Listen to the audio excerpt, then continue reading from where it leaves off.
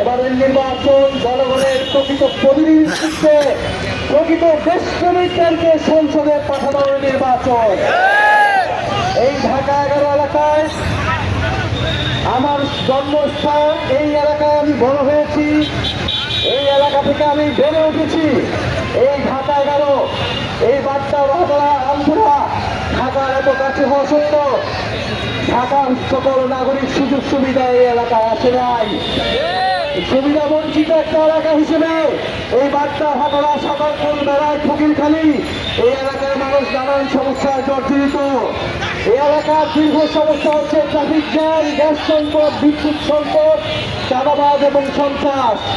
আমরা কথা দিচ্ছি, আমরা এই এলাকার এই সমস্যাগুলো নিয়ে কাজ করব, সমস্যার সমাধান করব, চাঁদাবাজ এবং সন্ত্রাসকে সম্পূর্ণভাবে নির্মূল করব। আমরা এই অত্র এলাকার যত খেলার মাঠ দখল হয়েছে, জমি দখল হয়েছে, খাল দখল হয়েছে, সেগুলোকে আমরা পুনরুদ্ধার করব। এই অত্র ঢাকা 11 আসনকে একটা বাসযোগ্য এলাকা হিসেবে গড়ে তোলা আমাদের কমিটমেন্ট।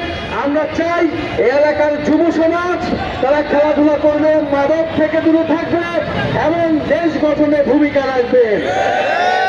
সংগ্রামী বন্ধুগণ, সমগ্র বাংলাদেশ আমাদের দিকে তাকিয়ে আছে। আমরা বাংলাদেশের মানুষকে প্রতিশ্রুতি দিতে চাই, গণ অভ্যুত্থানে আমরা রাজপথ থেকে সরি নাই, মাঠ থেকে আমাদেরকে সরানো যায় নাই, আমাদের লাশ করেছিল, কিন্তু জীবিত অবস্থায় আমরা এক চুলো সরি নাই। এবারের নির্বাচনে আমরা সেই একই প্রতিশ্রুতি জনগণের সামনে দিচ্ছি। আমাদের লাশ হয়তো ফেলতে পারবেন, কিন্তু জীবিত অবস্থায় আমাদেরকে সরাতে পারবেন না। ভোট কেন্দ্র দখলের যদি পায়তারা থাকে, বিল মারার যদি পায়তারা থাকে, সেই পায়তারা আপনারা আগেই ভুলে যান, কারণ সেটা সফল হবে না।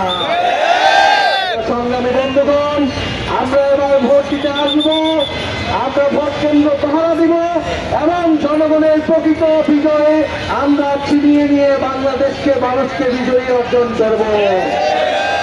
সংগ্রামী বন্ধুগণ, আপনারা জানেন এবার আমাদের এই নির্বাচনের পাশাপাশি রয়েছে গণভোট। সেই গণভোটে আমরা সবাই কিসের পক্ষে ভোট দেব?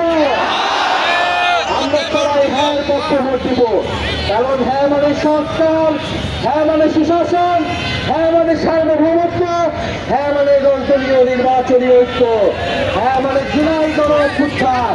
এবারের নির্বাচনে হ্যাঁ পক্ষে আমরা ভোট দিয়ে আমরা সংস্কারের অগ্রযাত্রাকে এগিয়ে নিব, সংবিধান পরিবর্তন করব এবং সুশাসন নিশ্চিত করব।